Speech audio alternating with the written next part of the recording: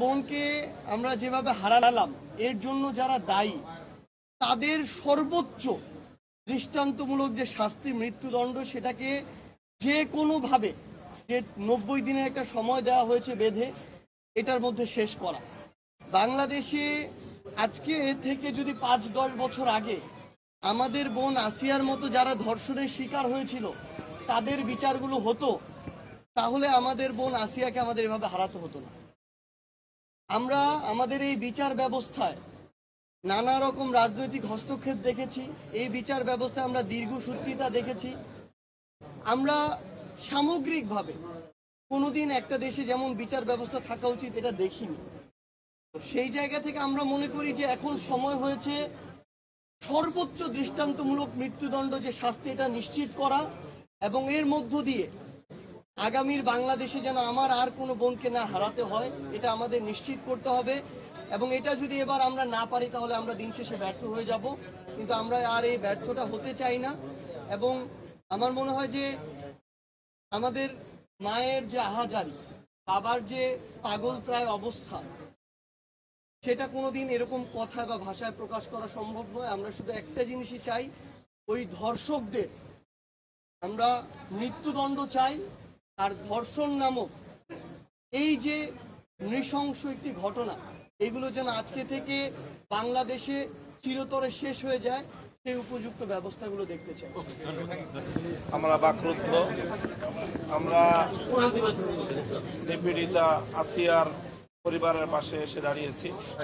তার মা বারবার মূর্ছা যাচ্ছে এবং হুঁশ ফেরার পরে একই কথা তার মায়ের মুখে উচ্চারিত হচ্ছে যে অপরাধীদের দ্রুত সময়ের বিচার যেন হয়। আমরা ইতিমধ্যে সরকারের একজন মাননীয় উপদেষ্টা মহোদয় এখানে উপস্থিত হয়েছেন। তিনি তার মাকে আশ্বস্ত করেছেন যে প্রয়োজনে আইন সংশোধন করে হলেও অতি স্বল্প সময়ের মধ্যে অপরাধীদের বিচার নিশ্চিত করা হবে।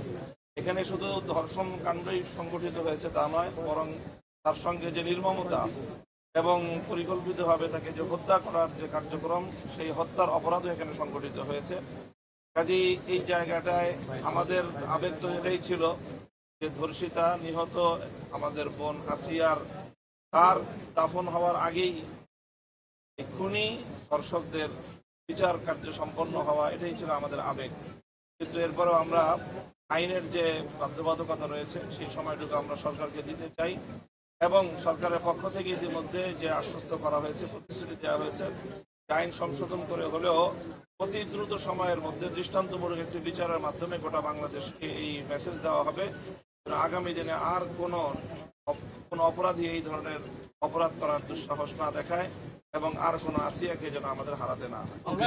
আসিয়ার এই ঘটনা নিয়ে একটি বড় পক্ষ যারা শাহবাগ সহ বিভিন্ন জায়গায় সরকারের ব্যর্থতা তুলে ধরছে। আপনি একটা বড় রাজনৈতিক দলের নেতা, আপনার কি মনে হয় এই ব্যাপারে সরকারের আসলে? আমরা মনে করি যে এখানে এখনো সরকারকে অভিযুক্ত করার মতো কোনো পর্যায়ে সংগঠিত হয়নি।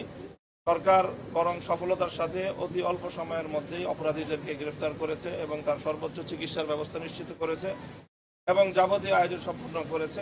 কাজেই আমরা সরকারকে সময় দিতে চাই এবং আমরা বলতে চাই যে সরকার যে প্রতিশ্রুতি দিয়েছে সেই প্রতিশ্রুতি যদি বাস্তবায়ন করে তাহলে আমরা সরকারকে সাধুবাদ জানাবো।